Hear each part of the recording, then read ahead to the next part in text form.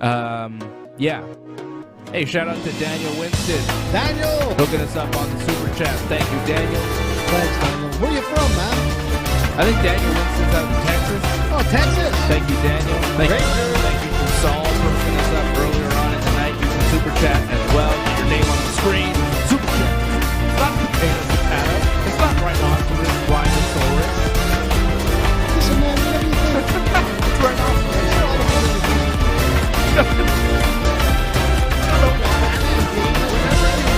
Pronounce something, you're like, this other country, I'm sure they pronounce it this way. It makes no sense. Rhinoceros. Patrick C. Hamilton just checked in. Thank you, Patrick. Thank you, buddy. Number one sign. I like that. Thank you, Patrick. Hey, shout out to JC dropping the super chat. Says keep up the good work. Always enjoy your watch along. JC, thanks. Thank you, JC. We love you, buddy. Thank Our main man, JC.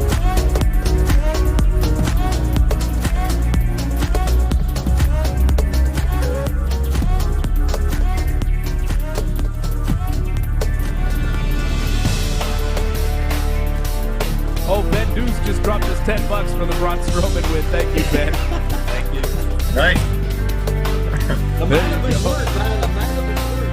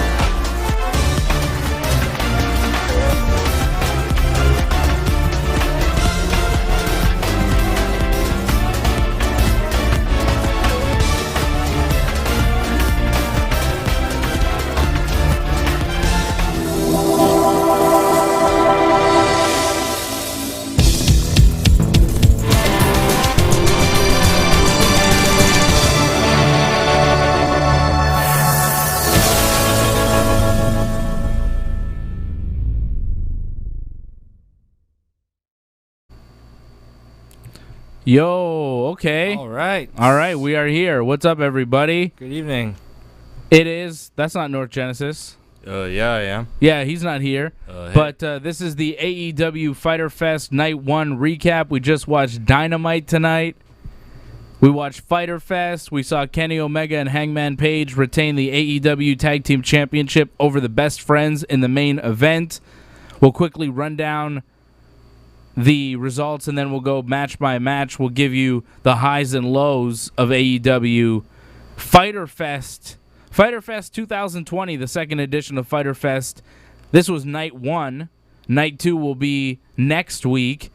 And then the week after will be Fight for the Fallen. They announced that this week, that we won't have regular Dynamite until the 22nd of July, because this week it's Fyter Fest, next week it's Fyter Fest Night 2, and then the following week will be AEW Fight for the Fallen, where Brian Cage will take on Jon Moxley for the AEW World Championship. That match no longer happening next week.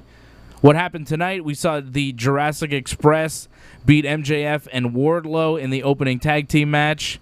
Hikaru Shida defeating Penelope Ford to retain the AEW Women's World Championship. Cody defeating Jake Hager to retain the AEW TNT title.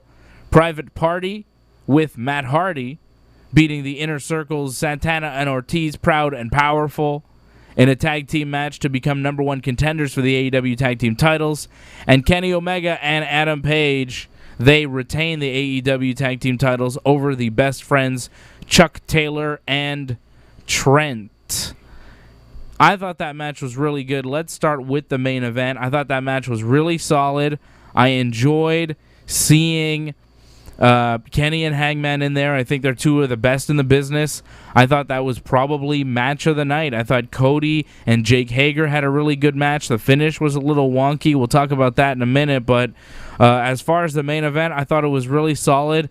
Good, solid finish with Hangman hitting the buckshot lariat. You know, it wasn't like a tag team combination move. They're playing up this Hangman and Kenny kind of don't always get along. They like each other, but they're not fully on the same page. And then they played that up even more with FTR, the formerly the Revival. I think that's what FTR stands for. That sounds right. I don't know. That legally. So FTR, they were watching the match on lawn chairs for some reason because it's Fyter Fest, and they had to have women in bikinis in the front row and some palm trees, and the guy there, what's his name, who does the comments? Justin Roberts. Like he's at the beach. Yeah, and then they had Jericho in his nice Canada Day jacket. But the FTR, they had lawn chairs and they were beach chairs, whatever. They were sitting in commentary drinking some beers, and they went to toast Hangman and Kenny after the match with some beers. Hangman fully accepting the beer. He loves beer. Hangman loves beer. Kenny looked like he was accepting it, did a little toast with the FTR. I don't think he took a sip. He poured the beer out, and FTR took exception, and they started getting into Kenny's face, and Hangman got mad at Kenny for pouring the beer out and disrespecting the FTR, and then the Young Bucks came out to try and separate them because Young Bucks and FTR, you thought that they were going to be beefing, but they're on the same side because they're going to be teaming up next week against the Lucha Brothers, the Butcher, and the Blade in an 8-man tag team match. So right now, the Bucks and the Revival are on the same side. But you saw tonight maybe a potential 6-man tag going forward with Hangman Page and the Revival. Those guys drinking beer, they were kind of on one side, and then on the other side, it was the Bucks and Kenny, the Elite. So that was an interesting little story that they told at the end of the show. I like that. I thought the match was solid. Hangman getting the win on his own without Kenny beating Trent, hitting that buckshot lariat, 1, 2, 3, middle of the ring. I thought that was good. Continues to build up Hangman as a top guy, as maybe the A side of the Kenny Hangman tag team. You know, people see him as, you know, not the Jannetty, but maybe, you know, not the leader of the tag team. Kenny's a former world champion in New Japan. He's a top guy. You know, one of the bosses. That's it. So I think a lot of people see Kenny as the main guy in that tag team, but you have Hangman picking up the win. I think was a good move to continue the ascent of Hangman Page towards being the top guy in all of AEW, which I think he will be. I want to give a shout-out to everybody watching on the chat, Lauren Cronish, Franco316, Bob Cote, and a big shout-out to Patrick C. Hamilton dropping the super chat. We appreciate you guys dropping super chats on these videos. This is a little impromptu, a little extra, a little bonus that we're doing for AEW Fyter Fest, and we'll do it again next week for AEW Fyter Fest Night 2, as long as you're available. I believe I am. All right. Johnny North is not available tonight. But, of course, this is the team. You, me, and Big Johnny. We do all the WWE and AEW post shows right here on the YouTube channel. Don't forget. Trusted source. That's right. Like the video, subscribe to the channel, and leave a comment, and click the bell so you get notifications every time we're on, like we are on right now. Kenny and Hangman versus the Best Friends. Match of the night? I think so, although as we're writing down the card, I did really enjoy Proud and Powerful versus Private Party with Matt Hardy, the rhyming tag team. I thought that was actually a really solid match, some great moves, and Private Party getting the win. See, like I was telling you that like every time the Inner Circle was in a match, I figured they were going to win, but I think my thinking is a bit too last year.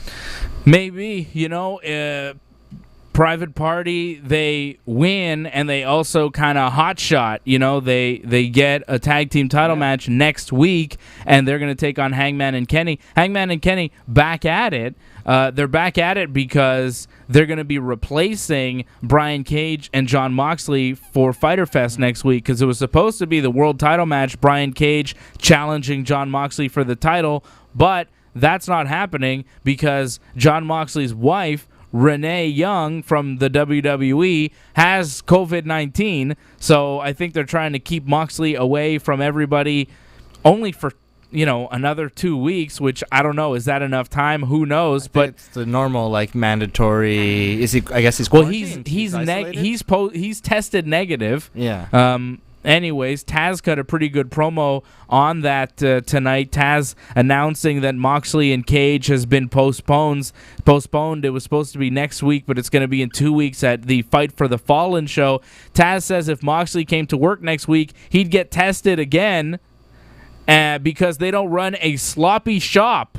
Taking a shot at the WWE and their testing practices and so many people testing positive for COVID-19 at WWE. AEW's been running shows just as long as WWE has during this whole pandemic, and you're not hearing AEW people testing left and right for COVID-19. You're not seeing AEW outbreaks, but you're seeing more and more in the WWE, and they are both operating in the state of Florida. So, hey.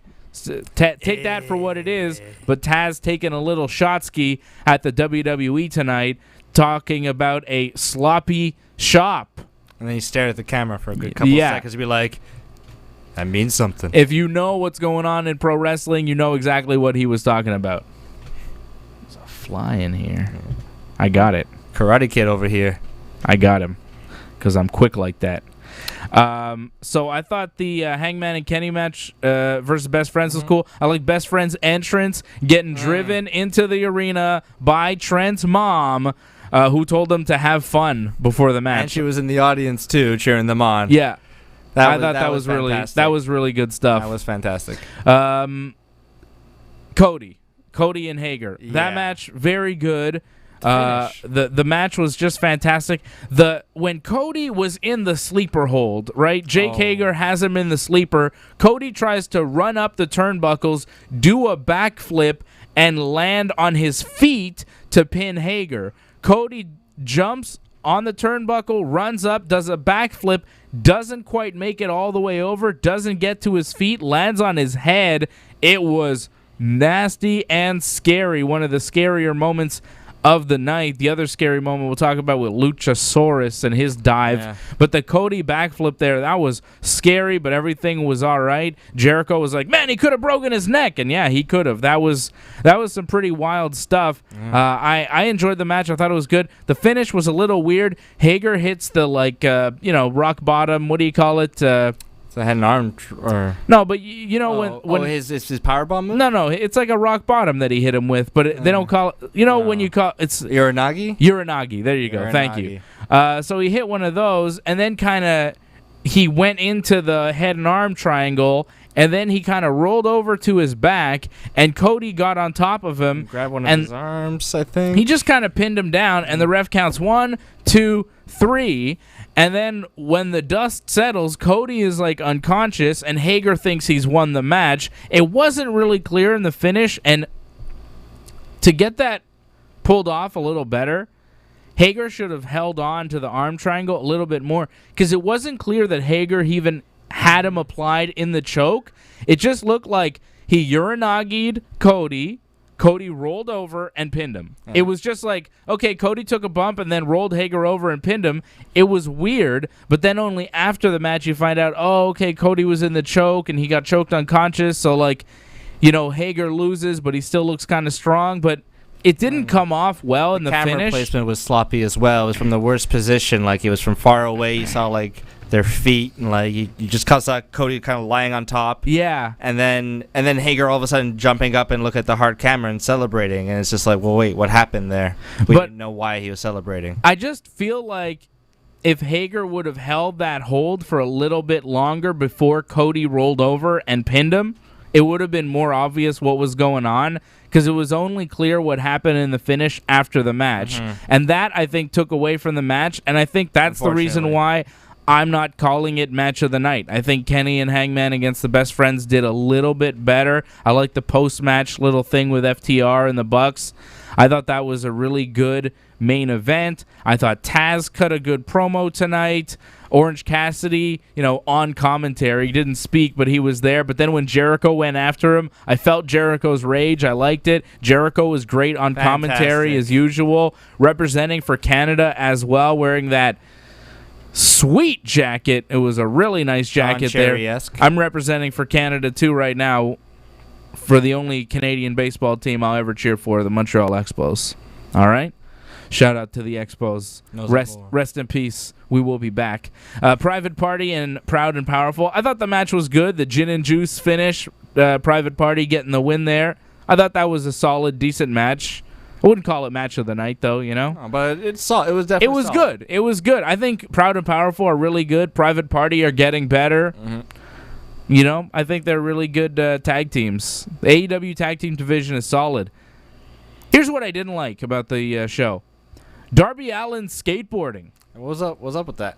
Like, if Darby Allin's with Tony Hawk, okay, I get it. And a couple weeks ago, Tony Hawk was, like, in one of those videos. And it was cool because it was Tony Hawk. It was like, whoa. The guy from the video game. Celebrity, Tony Hawk.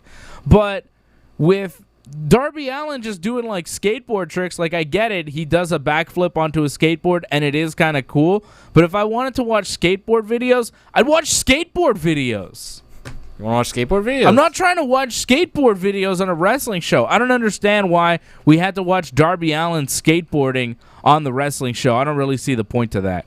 I mean, they're really trying to be like a show from 1990s, early 90s. You know, it's like, hey, here, kids, here's some skateboarding. It's rad. What was it, Jackass? Like, that's what AEW is. That's what AEW is. Like, the fucking Wardlow Luchasaurus match, that was like a Jackass almost, you know? They're just doing stunts, and then you see a Darby Allin doing skateboarding stunts. It's like, where's Johnny Knoxville? Where's Steve-O? They're going to have a puppy wrestling match. It's like I'm watching CKY. It's ridiculous, man. The what, man? The puppy battle royale? What is that? What was that? So I think they said it's going to be after AEW Dynamite next week. They're going to have the first ever AEW puppy battle royal.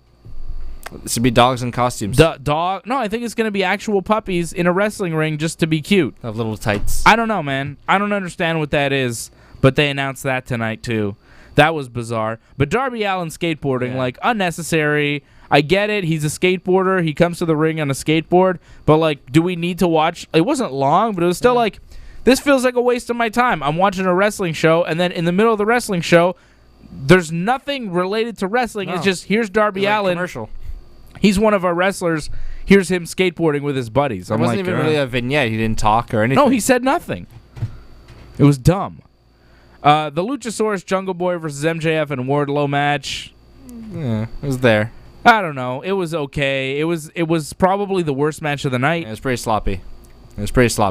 I mean, we've talked about all the other matches on this card. We talked about we haven't talked about Hikaru Shida against Penelope Ford. That was a solid match. That was a good match, though. You know, it was solid. I think the Luchasaurus Jungle Boy MJF Wardlow was probably worst match of the night. Luchasaurus hitting a standing moonsault on Wardlow for the finish, for the pin.